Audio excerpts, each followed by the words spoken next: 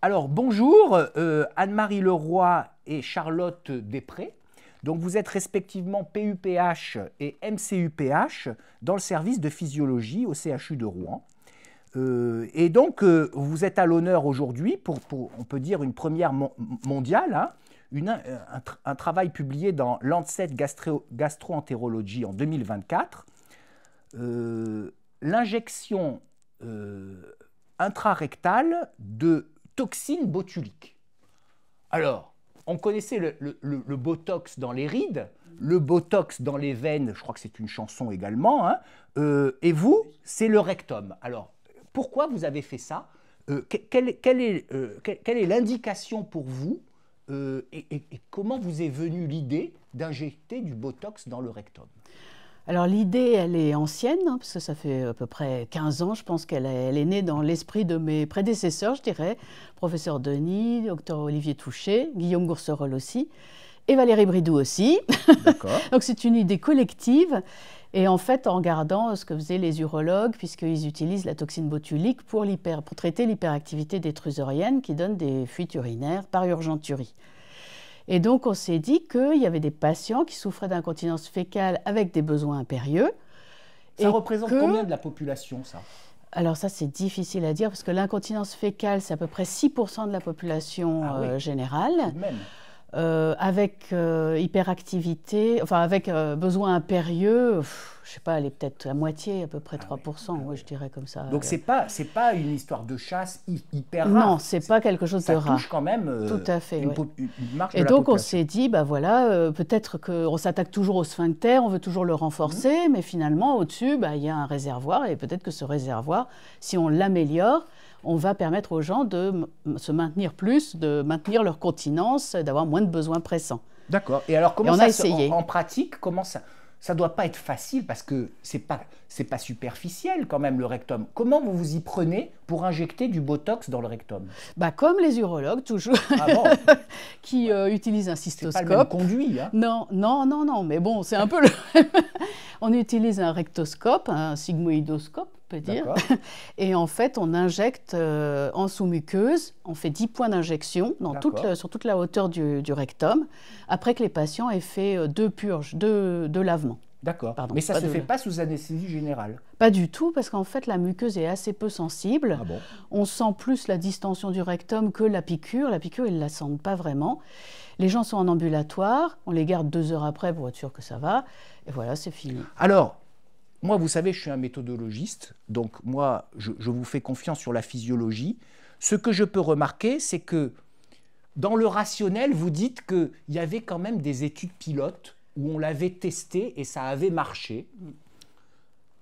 D'après vous, qui êtes l'experte de cette première mondiale, quel est l'intérêt, finalement? Est-ce qu'il faut vraiment faire un essai randomisé en double aveugle, comme vous l'avez fait, pour démontrer l'efficacité de cette injection, sachant qu'on s'était rendu compte que ça marchait déjà avant? Pourquoi faire un essai randomisé? Alors ça, c'était indispensable parce que l'incontinence fécale fait partie des pathologies fonctionnelles digestives où il y a toujours un fort effet placebo. Ah, voilà. Ouais. Donc, sans placebo, ça peut s'améliorer spontanément. Enfin, sans qu'il y ait de... Donc, finalement, les études avant-après, elles n'ont pas du tout le même poids que votre essai. Non, pas du tout. Vraiment, ça n'a pas du tout. Oui, là, vous avez randomisé 100 dans chaque bras avec des résultats positifs. Donc très bien. Alors, j'avais une deuxième question pour Charlotte. Donc, vous n'avez pas été associé à ce travail. En revanche, je crois que vous venez de publier, là, il y a quelques semaines, un article qui utilise ces données, mais elles utilisent les données du bras contrôle également, c'est-à-dire que les patients du bras contrôle de cet essai randomisé FI-toxine, à la fin de l'étude, au bout de 6 mois, on leur a proposé de bénéficier de la toxine botulique, ce qui permet d'inclure plus de sujets et peut-être ceux qui avaient commencé par la toxine d'avoir un suivi plus long. Donc la première question qui est intéressante, en fait j'ai 2 questions. La première, c'est est-ce que ça permet d'évaluer la tolérance à long terme de cette toxine? Donc est-ce qu'il y a un signal en termes de safety, de tolérance? Et ma deuxième question, j'imagine que ce n'est pas un traitement ad vitam aeternam, il va falloir y retourner dans le rectum. Quel est l'intervalle? Combien de temps c'est efficace? Oui, c'est ça. Merci pour votre question. Donc là, effectivement, on a pu publier les résultats sur le long terme. Donc en fait, en tout, ça représente à peu près 170 patients Ouais, c'est ça, une belle cohorte. qui avaient bénéficié d'injections de toxines botuliques. Donc on a pris tous ces patients-là. Et donc on a, on va dire, le patient avec le plus long suivi, c'était 54 mois dans cette étude. 54. Et en général, c'était plutôt une durée de suivi de 2 ans. Et on avait plutôt des bonnes données de tolérance, avec quand même une constipation qui avait été retrouvée chez à peu près un tiers des patients dans cette étude. En sachant que dans l'étude IF-toxine, donc l'étude randomisée, il n'y avait pas eu de différence entre les deux groupes.